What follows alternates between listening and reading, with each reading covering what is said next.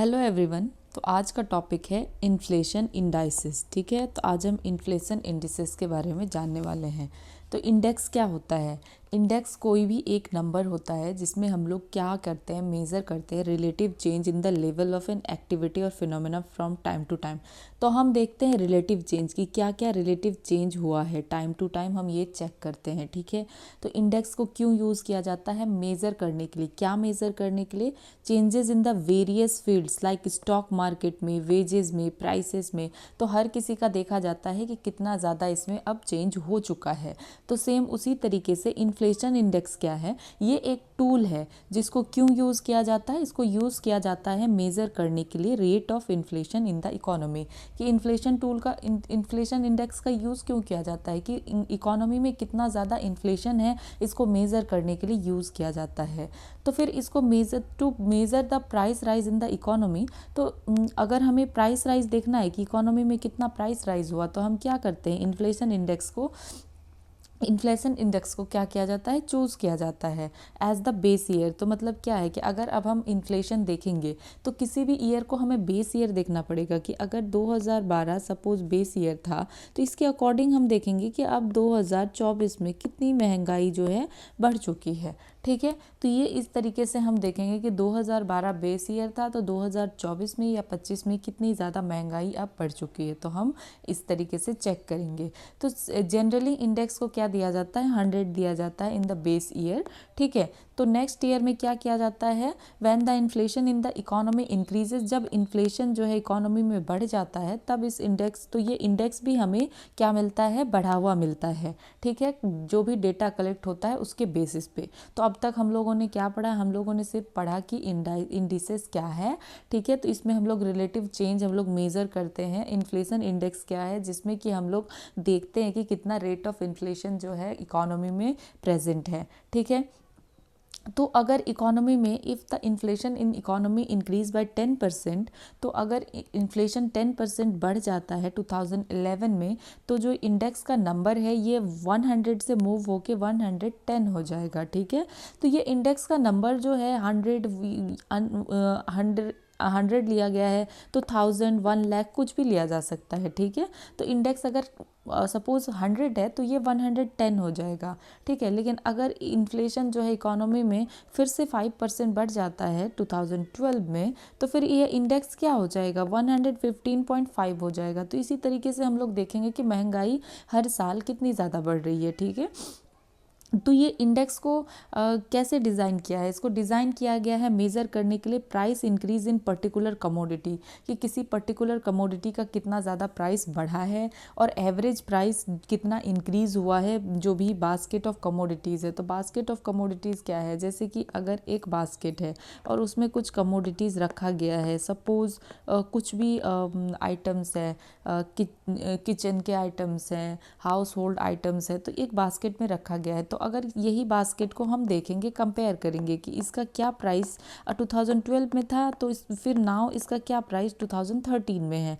ठीक है, तो इस तरीके से हम लोग देखेंगे। Since the variation in prices of different commodities may be different, तो फिर अगर क्या होता है कि जो वेरिएशन होता है ना डिफरेंट कमोडिटीज़ में, तो उनकी प्राइस में वेरिएशन डिफरेंट होता है। ठीक है, तो इस तरीके से हम क्या करते हैं? मेज़र करते हैं। In India we predominantly use the following indices to measure the average price increase for the basket of commodities. तो हम लोग इंडिया में क्या यूज़ करते हैं बास्केट ऑफ कमोडिटीज़ को देखने के लिए? यूज़ करते हैं सीपीआई। ठीक है, बहुत इंपॉर्टेंट है, ध्यान से देखना है। सीपीआई में हम लोग क्या मेज़र करते हैं? Change in price. कि प्राइस में कितना चेंज हुआ, जो कि पेड किसने किया? ये प्राइस कौन से प्राइस को देख रहे हैं? तो हम वो प्राइस देख रहे हैं कि जो भी कंज्यूमर है जो पे कर रहा है, कहाँ? रिटेल मार्केट में वो कुछ भी खरीद रहा है, तो रिटेल मार्केट में जो वो पैसा पे कर रहा है उसमें कितना चेंज हो रहा है। सपोज़ अगर आप ऑयल खरीद रहे थे खाने के लिए, अगर आप ऑयल सपोज़ 160 रुपीज़ केजी खरीद रहे थे, अब ये 165 रुपीज़ अगर केजी हो जाता है, तो हम इसके अकॉर्डिंग लीटर हो जाता है, तो हम इसके अकॉर्डिंग देखते हैं। ठीक है, इसी के अकॉर्डिंग देखते हैं कि आप जो है जो चीज़ खरीद रहे हैं, एक कंज्यूमर जो खरीद रहा है तो उसका प्राइस जो अल्टीमेटली वो पे कर रहा है वो कितना बढ़ रहा है। Since different class of consumer consumption pattern varies, तो फिर क्या होता है अगर हम कंज्यूमर का ही कंजप्शन पैटर्न देखें तो डिफरेंट क्लास के लोग डिफरेंट टाइप का कंज्यूम करते हैं, तो डिफरेंस हो सकता है प्राइस इंक्रीज में। किसी चीज़ का प्राइस कम हो सकता है इंक्रीज, किसी का ज़्यादा हो सकता है। ठीक है, तो जैसे कि बास्केट ऑफ कमोडिटीज़ भी डिफरेंट हो सकती है, एक one class of people from the other group. ठीक है, ज़रूरी नहीं कि सारे लोग इंडिया में एक जैसा ही खा रहे हैं, तो इसीलिए सीपीआई जो इंडाइसेस है ये डिफरेंट कैटेगरी का है। ठीक है, एक हो गया CPI industrial worker, CPI IW. तो इस इंडेक्स में क्या देखा जाता है, जो प्राइस चेंज होता है, change in price of commodity basket consumed by industrial worker. तो इंडस्ट्रियल वर्कर जो बास्केट कंज्यूम करते हैं, जो वो लोग खरीदते हैं खाते हैं, तो हम उसको देखते हैं। फिर सीपीआई एग्रीकल्चरल लेबरर्स और लेबरर्स आता है, तो इसमें क्या देखा जाता है, किस चीज़ का प्राइस में चेंज देखा जाता है, जो भी एग्रीकल्चर लेबरर्स जो कंज्यूम करते हैं उस कमोडिटी बास्केट की प्राइस ऑफ की उसके प्राइस में कितना चेंज हुआ ये देखा जाता है। फिर CPI rural labourers, CPI rural labourers में क्या देखा जाता है कि इस चेंज जो है कितना हो रहा है कमोडिटी बास्केट में जो कि कंज्यूम कर रहे हैं रूरल लेबरर्स। ठीक है, तो क्या क्या आ गया, सीपीआई इंडस्ट्रियल वर्कर, जिसमें कि इंडस्ट्रियल वर्कर का हम लोग देखेंगे। देन सीपीआई एग्रीकल्चर लेबरर्स, तो हम लोग एग्रीकल्चर लेबरर्स का देखेंगे। And then in general rural labourers, तो हम लोग सिर्फ जैसे हम लोग यहाँ एग्रीकल्चर लेबरर्स का देख रहे थे, तो अब हम लोग रूरल लेबरर्स का देखेंगे। ठीक है, सो ये इंडाइसेस जो है इसको मंथली पब्लिश किया जाता है, याद रखना है, जो भी है इसको मंथली पब्लिश किया जाता है लेबर ब्यूरो के द्वारा। ये किसके मिनिस्ट्री के अंदर आती है, under ministry of labour employment of all India as well as states and union territories. ठीक है, तो इसको क्या किया जाता है, मंथली पब्लिश किया जाता है। कौन पब्लिश करती है, लेबर ब्यूरो पब्लिश करती है, जो कि मिनिस्ट्री ऑफ लेबर में आती है। तो याद रहेगा, अभी तक हम लोगों ने क्या जाना, सीपीआई जाना। तो सीपीआई का क्या मतलब होता है कि एक जो भी कंज्यूमर होता है वो अल्टीमेटली कंज्यूम करने के लिए जो भी प्राइस पे करता है, तो हम उस बास्केट के प्राइस को मेजर करते हैं, देखते हैं कि अगर सपोज वो ये सारी चीज़ें अगर 2011 में ख़रीदा करता था इतने अगर 100 रुपीज़ में, और अब ये 115 का हो गया है, तो इन्फ्लेशन रेट कितना बढ़ा, तो हम इसके अकॉर्डिंग देखते हैं। देन हम लोग क्या देखते हैं, सीपीआई इंडस्ट्रियल वर्कर के बास्केट में क्या चेंजेस है, देन एग्रीकल्चर लेबरर्स के बास्केट में क्या चेंजेस है, देन हम देखते हैं कि जो रूरल लेबरर्स है उसके बास्केट में क्या चेंजेस है। और एक क्या इंपॉर्टेंट चीज़ हमने पढ़ा, इसको मंथली पब्लिश किया जाता है, लेबर ब्यूरो इसको पब्लिश करती है, जो कि मिनिस्ट्री ऑफ लेबर के अंडर आता है। ठीक है, तो इस पर हम लोग जो 3 इंडाइसेस देखा, तो इसमें एक ही सेगमेंट मतलब कुछ ही सेगमेंट को जो है मतलब लिया गया है, लेकिन ओवरऑल नेशन का तो नहीं है, तो इसलिए 3 मोर इंडाइसेस भी आ रहा है सीपीआई के लिए। ठीक है, जो सीपीआई रूरल हो गया, तो ये कमोडिटी बास्केट क्या देखा जाता है कि जो गाँव के लोग हैं, रूरल एरिया में रहने वाले लोग जो है वो क्या ले रहे हैं। देन सीपीआई अर्बन, तो इसमें क्या देखा जाता है, कमोडिटी बास्केट जो है अर्बन पीपल जो कितना कंज्यूम कर रहे हैं वो देखा जाता है। देन सीपीआई कंबाइंड, इसमें क्या कंप्यूट किया जा रहा है, इसमें देखा जा रहा है कि सीपीआई रूरल और सीपीआई अर्बन दोनों मिला के कितना जो है दोनों मिला के कितना चेंजेस आया है दोनों के बास्केट में, एक कंबाइंड भी लिया जाता है। ठीक है, तो बेस ईयर जो है इन तीनों इंडाइसेस का क्या है, ये 2011 to 12 है, याद रखना है। इसको पब्लिश किया जाता है मंथली। कौन पब्लिश करता है, इसको पब्लिश करता है एनएसओ। ठीक है, ये याद रखना है कि इसको एनएसओ जो है पब्लिश करता है सारे स्टेट और यूटीज़ के लिए। ठीक है, ये याद रखना है। तो सीपीआई रूरल हो गया, सीपीआई अर्बन हो गया, सीपीआई कंबाइंड हो गया। बेस ईयर क्या है, 2011 to 12 है। इसको पब्लिश कौन करती है, एनएसओ करती है। और कब कैसे करती है, तो मंथली पब्लिश करती है। तो ये सारे इंपॉर्टेंट बात हम लोगों ने देख ली। अब देखते हैं कि जो वेट्स होते हैं सीपीआई बास्केट में, ये डिफरेंट आइटम्स के लिए क्या होते हैं, ये किसके ऊपर असाइंड होते हैं, based on expenditure made by retail people on those item. जो कि हमने देखा कि यहाँ क्या बात हो रही है, रिटेल के ऊपर बात हो रही है कि जो एक कंज्यूमर खरीदता है उसकी बात हो रही है, जो फाइनल प्राइस उसके द्वारा दिया जाता है। एंड जो ये वेट्स है ये असाइन किया जाता है कब? During the base year. तो ये वेट्स दिया जाता है बेस ईयर के टाइम पे, और तब तक ये फिक्स्ड रहता है जब तक कि बेस ईयर रिवाइज नहीं होता है। अब सपोज जैसे 2012 है, तो इसको मतलब जो भी कमोडिटीज़ है इसको वेट दिया गया है, इसके प्राइसेस को वेटेज दे दिया गया है या मेज़र कर लिया गया है, तो ये तब तक हम इसी के अकॉर्डिंग कैलकुलेट करते रहेंगे जब तक कि बेस ईयर चेंज नहीं होगा। ठीक है, जब बेस ईयर चेंज होगा तो फिर से प्राइस वगैरह सब कुछ रिवाइज्ड होगा। ठीक है, तो फूड एंड बेवरेजेस को क्या दिया गया है? हाईएस्ट वेटेज दिया गया है सीपीआई कंबाइंड में। याद रखना है किसको? फूड एंड बेवरेजेस को, क्योंकि फूड क्या है? बहुत ही ज़्यादा इंपॉर्टेंट है जीने के लिए। तो सबसे ज़्यादा क्या चाहिए? फूड चाहिए। तो hence any fluctuation in food items, कि अगर कोई भी अगर चेंजेस आता है फूड आइटम्स में, तो ये क्या करता है? सीपीआई को बहुत मेजर वे में इफेक्ट करता है। क्यों इफेक्ट करेगा? क्योंकि सीपीआई में तो 45.86% तो क्या है? ये क्या है? सीपीआई ही है। तो इसलिए जो ये सीपीआई में किसका वेट है? फूड एंड बेवरेजेस का वेट है। तो कोई भी अगर चेंजेस होगा फूड आइटम में तो क्या होगा? ये तो डेफिनेटली इफेक्ट करेगा। ठीक है, तो CPI includes the impacts of indirect taxes, और तो इसीलिए क्या होता है कि सीपीआई में इनडायरेक्ट टैक्सेस का भी जो है इम्पैक्ट होता है, क्योंकि ये क्या हो रहा है कि फाइनली जो कंज्यूमर कंज्यूम कर रहे हैं उसमें है, तो उसमें तो टैक्सेस वगैरह पूरा जुड़ा हुआ होता है रिटेल मार्केट में। ओके, तो इसमें ये क्या सीपीआई कैसे इंक्लूड कर रहा है? इनडायरेक्ट टैक्सेस को भी ये इंक्लूड कर रहा है। ठीक है, अब देखते हैं कि consumer food price index CFPI क्या है। तो CFPI एक मेज़र है जिसमें कि हम लोग देखते हैं कि retail prices of food items consumed by population. तो इसमें हम देखते हैं कि क्या चेंजेस हुआ, जो रिटेल आइटम है फूड आइटम्स का, तो उसमें क्या कंज्यूम जो कर रही है पॉपुलेशन, इसमें क्या चेंजेस हुआ। ठीक है, तो इसको मंथली जो है रिलीज़ किया जाता है for rural, urban and combined. जो हमने देखा तो ऑल इंडिया बेसिस पे ये देखा जाता है कंज्यूमर फूड प्राइस इंडेक्स। तो ये अलग क्यों है? क्योंकि इसमें हम क्या देख रहे हैं? सिर्फ फूड आइटम्स का देख रहे हैं CFPI में। ठीक है, तो ये हो गया कंज्यूमर फूड प्राइस इंडेक्स। और CPI में हम लोग क्या देखते थे? CPI में हम लोग जितना भी अल्टीमेट कंज्यूमर क्या कर रहे हैं, कंज्यूम कर रहे हैं, तो वो सारी चीज़ों को हम लोग देखते थे। लेकिन CFPI में स्पेशली सिर्फ फूड प्राइसेस है।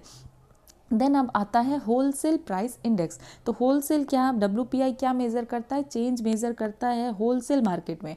जैसे कि CPI कहाँ चेंज मेज़र करता था? रिटेल मार्केट में, बट WPI करता है होलसेल मार्केट में। ठीक है, इसमें क्या होता है कि गुड्स को ट्रेड किया जाता है बल्क में। होलसेल में तो बल्क में ही ट्रेड किया जाएगा ना, और फिर इसको भी मंथली जो है पब्लिश करती है। कौन पब्लिश करती है?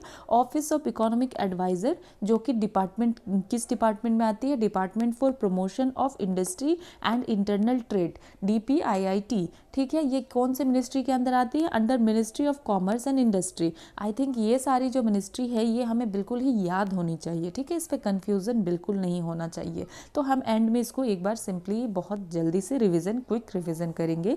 तो आपको एक्टिवली देखना है, ऐसे पैसिवली नहीं देखना है कि बस सुनते जाना है, क्योंकि सुनकर याद नहीं होता है।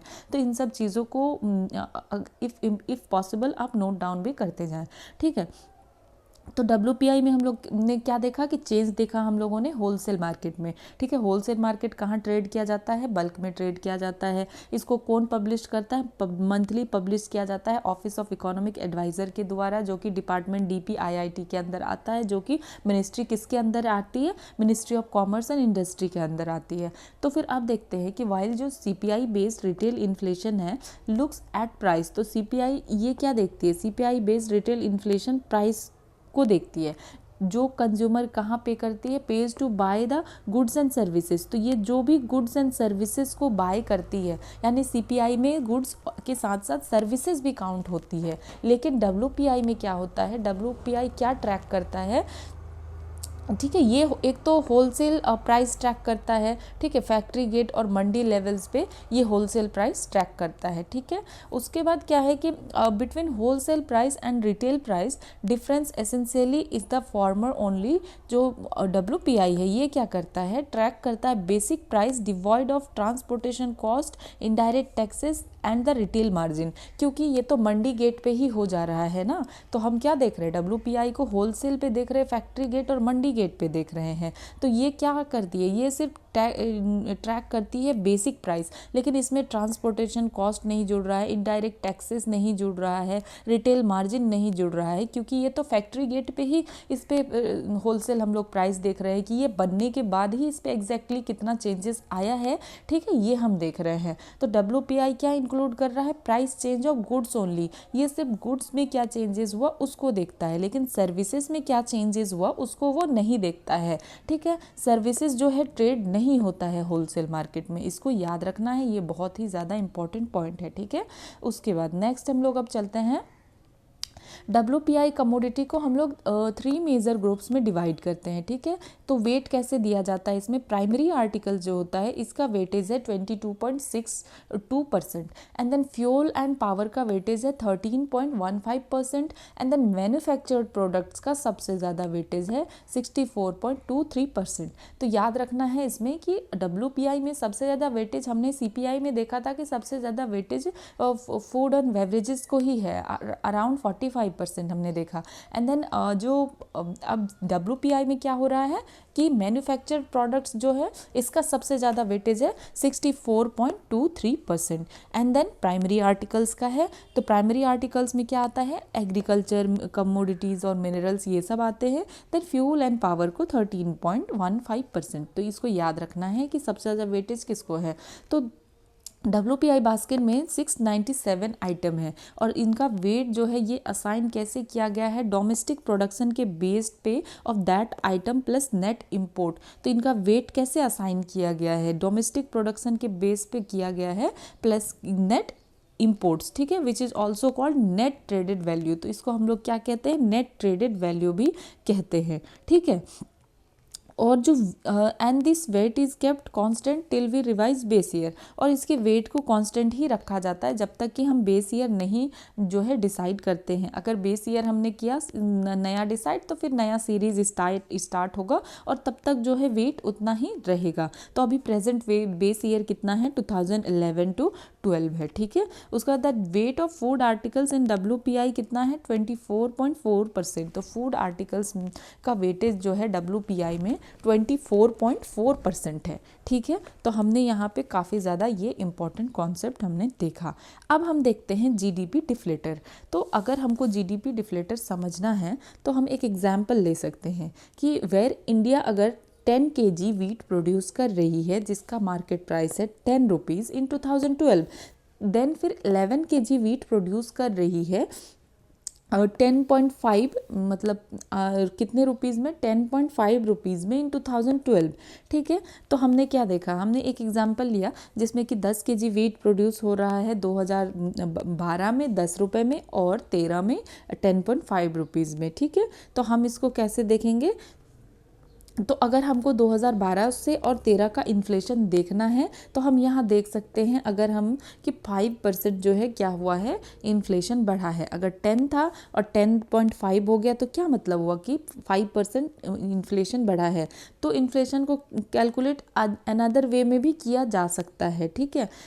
Another way also by keeping the quantity constant in both year, और क्वांटिटी को भी सेम रख के भी किया जा सकता है, ठीक है। तो हम अब देखते हैं कि अब एग्जाम्पल में क्या हुआ कि नॉमिनल GDP ऑफ 2012 इज़ 115, ठीक है। ये अगर 115 था and then real GDP of nominal GDP of 2013 अगर 115 था एंड रियल GDP ऑफ 2013 110 था, ठीक है। तो सिर्फ इसमें हम क्या बात कर रहे हैं, हम अभी सिर्फ 2013 की बात कर रहे हैं, एक नॉमिनल GDP की और रियल GDP की, ठीक है। तो अगर हम क्या करें, डिवाइड कर दें नॉमिनल GDP 2013 का रियल GDP 2013 के रियल GDP से, मतलब क्या करें, अगर 2013 का नॉमिनल और रियल GDP था और हम उसको डिवाइड कर लें तो हमें क्या मिल जाएगा, तो हमें मिल जाएगा that we get is the change in the price in nominal GDP and real GDP, ठीक है। क्वांटिटी सेम है, उसके बाद हमें क्या दिखाई पड़ रहा है, जब हम रियल और नॉमिनल को डिवाइड करेंगे तो हमें क्या पता चलेगा, हमें पता चल जाएगा कि इसमें मतलब कि कितना जो है प्राइस में चेंज हुआ है, ठीक है। क्योंकि नॉमिनल में हम क्या देखते हैं, नॉमिनल के बारे में हमने पहले भी पढ़ा है कि नॉमिनल जीडीपी में हम देखते हैं क्या, करंट जो ईयर का प्राइस होता है उसके अकॉर्डिंग देखते हैं, और रियल जीडीपी में हम लोग किस चीज़ का प्राइस देखते हैं, बेस ईयर के हिसाब से। तो इससे भी हमें पता चल जाएगा ना कि कितना जो है चेंजेस हुआ है, ठीक है। तो दिस मीन्स क्या है कि प्राइस जो है इंक्रीज हो गया है, अगर हम इसको कैलकुलेट करें, ठीक है। तो यहाँ पे अगर हम कैलकुलेट करते हैं 11 kg था 10.5 के हिसाब से, फिर 11 kg था 10 रुपीज़ के हिसाब से, तो यहाँ पे हमें कितना देखने के लिए मिलता है, यहाँ हमें देखने के लिए मिलता है कि प्राइस जो है 1.5 टाइम्स जो है अब बढ़ चुका है 2012 से 2013 में, और इन्फ्लेशन अभी कितना है, 5% इन्फ्लेशन है। तो ये जो रेशियो है nominal GDP by real GDP का, तो यही जीडीपी डिफ्लेटर है। कि अगर हम जीडीपी डिफ्लेटर करना चाहें तो हमें क्या देखना है कि इस साल की हमारी जीडीपी कितनी है, फिर हम उसको अगर रियल जीडीपी के टर्म्स में कैलकुलेट कर रहे हैं तो वो कितना आ रहा है, तो यही हो गया जीडीपी डिफ्लेटर। जो वैल्यू निकल कर आएगी वो क्या आएगा, जीडीपी डिफ्लेटर आएगा, ठीक है। जीडीपी डिफ्लेटर को कौन पब्लिश करता है, एनएसओ पब्लिश करता है, ठीक है, क्वार्टरली। अब जो है हम देख सकते हैं कि नेशनल इनकम एग्रीगेट को इस्टीमेट कैसे किया जाता है, तो इसको इस्टीमेट किया जाता है करंट प्राइस पे भी, कांस्टेंट प्राइसेस पे भी, under production value added approach से भी। मतलब क्या करते हैं हम लोग, वैल्यू एडेड अप्रोच से कैलकुलेट करते हैं जीडीपी। बेसिकली बताया जा रहा है कि जीडीपी को कैसे कैसे कैलकुलेट करते हैं। तो कुछ एक्टिविटीज़ के लिए कैसे एस्टिमेट प्रिपेयर किया जाता है, करंट प्राइसेस के बेस पे प्रिपेयर किया जाता है, और कांस्टेंट कुछ के लिए कांस्टेंट प्राइसेस के बेस पे डिराइव किया जाता है, ठीक है, ठीक है। कुछ एक्टिविटीज़ के लिए क्या किया जाता है, कांस्टेंट प्राइसेस के बेस पे प्रिपेयर कुछ एस्टिमेट्स प्रिपेयर किया जाता है, और फिर करंट प्राइस के बेस पे उसको डिराइव किया जाता है सूटेबल प्राइस इंडिकेटर, ठीक है। कुछ एक्टिविटीज़ के लिए वॉल्यूम्स एस्टिमेट किया जाता है इंडिपेंडेंटली। क्या कह रहे हैं कि अगर मतलब हम कैसे क्या करते हैं, मेज़र करते हैं। तो कुछ एक्टिविटीज़ के लिए क्या किया जाता है कि एस्टिमेट कैसे किया जाता है, एस्टिमेट किया जाता है करंट प्राइस पे, और फिर कांस्टेंट प्राइस पे उसको देखा जाता है। फिर किसी चीज़ के लिए क्या किया जाता है कि कांस्टेंट प्राइस के एस्टिमेट जो है कांस्टेंट प्राइस के लिए किया जाता है, एंड देन करंट प्राइस पे उसका देखा जाता है कि कितना आता है। कुछ एक्टिविटीज़ के लिए वॉल्यूम्स को एस्टिमेट किया जाता है, ठीक है। तो price indicator use to convert from current to constant price to constant to current price is generally WPI और CPI। तो हमें अगर देखना है कि करंट से कांस्टेंट में कितना है या कांस्टेंट से करंट में कितना है, तो हम लोग WPI और CPI देखेंगे, ठीक है।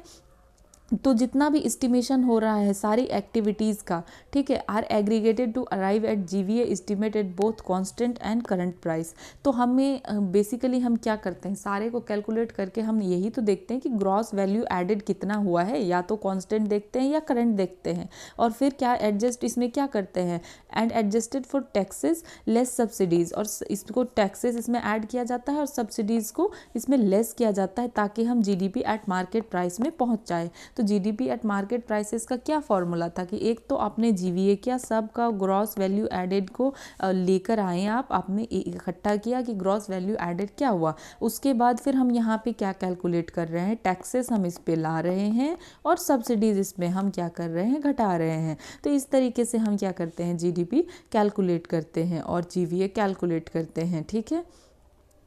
तो यहाँ पे कुछ बेसिक डिफरेंस है सीपीआई, डब्ल्यूपीआई और जीडीपी डिफ्लेटर में। तो होलसेल मार्केट में क्या होता है, सर्विस जो है ट्रेड नहीं किया जाता है। ये चीज़ हमने पहले भी पढ़ा कि होलसेल मार्केट में सर्विस को काउंट नहीं किया जाता है। डब्ल्यूपीआई में do not include the inflation in services. तो इन्फ्लेशन सर्विसेज में क्या इन्फ्लेशन हो रहा है ये डब्ल्यूपीआई नहीं देखती है, ठीक है। लेकिन सीपीआई और जीडीपी डिफ्लेटर जो है दोनों क्या करता है, कैप्चर करता है इन्फ्लेशन इन सर्विसेज ऑल्सो। याद रखना है जीडीपी डिफ्लेटर भी देखती है सर्विसेज में, कंफ्यूज नहीं हो जाना है। हम सीपीआई में तो मार देंगे कि हाँ सीपीआई में सर्विसेज है, बट जीडीपी डिफ्लेटर को भी ध्यान में रखना है, ठीक है। The goods purchase by consumer in retail market do not represent all goods produced in country. तो जो भी गुड्स परचेज किया जा रहा है कंज्यूमर जो भी है रिटेल मार्केट में, तो इसमें सारी चीज़ें तो रिप्रेजेंट नहीं हो रही है ना कि कितना इकोनॉमी में प्रोड्यूस हुआ है, ठीक है। जैसे कि कुछ इनपुट है, इंटरमीडिएट्स है, कैपिटल गुड्स है, आर परचेज बाय कंपनीज, क्योंकि ये तो क्या परचेज कर रही है, कंपनी परचेज कर रही है। तो CPI does not include these item, तो इसीलिए सीपीआई ये सब इंक्लूड नहीं कर रही है, लेकिन डब्ल्यूपीआई ये सब इंक्लूड कर रही है, ठीक है। समझ में आया डिफरेंस, क्योंकि सीपीआई में हम लोग तो रिटेल मार्केट में देखते हैं, तो रिटेल मार्केट में ये सब चीज़ चीज़ें तो नहीं खरीदी बेची जाती है। तो अब ये जो बड़ी बड़ी चीज़ें या जो इनपुट्स लग रहे हैं या सारी चीज़ें, इन सबको कौन देखता है, तो इनको देखता है WPI, ठीक है। CPI and WPI include prices of goods produce domestically. तो ये हम क्या देखते हैं, CPI और WPI में हम देखते हैं कि डोमेस्टिकली कितना प्रोड्यूस्ड हुआ, ठीक है, और इम्पोर्टेड बोथ, और कितना इम्पोर्ट किया गया। बट GDP डिफ्लेटर जो है does not include price of imported good. एक और फैक्ट आपको याद रखना है कि GDP डिफ्लेटर में इम्पोर्टेड गुड्स की कोई भी मतलब कैलकुलेशन यहाँ पे नहीं हो रही है, लेकिन WPI और CPI में कैलकुलेट हो रहा है। तो हमने क्या बेसिक डिफरेंस पढ़ा, एक तो CPI में पढ़ा कि सर्विसेज है, WPI में सर्विसेज नहीं है, GDP डिफ्लेटर में भी सर्विसेज है।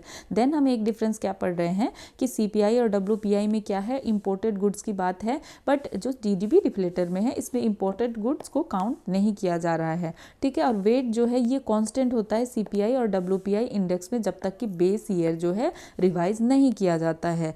लेकिन ये क्या करते हैं, डिफर करते हैं according to the production level of each good and services in GDP deflator. तो लेकिन ये GDP डिफ्लेटर में ये क्या होता है, ये थोड़ा सा प्रोडक्शन लेवल के अकॉर्डिंग जो है ये डिफ़र करता है, ठीक है। लेकिन जब तक ये बेस ईयर रहेगा तो CPI और WPI का वेट जो है सेम रहेगा। तो हमने यहाँ तक बहुत ही ज़्यादा अच्छे से कंप्लीट कर लिया है। फर्स्ट चैप्टर हमारा हो गया। अब नेक्स्ट लेक्चर से हम सेकंड चैप्टर करेंगे और साथ ही साथ इन PYQs को भी सॉल्व करेंगे। तो मिलते हैं नेक्स्ट वीडियो में।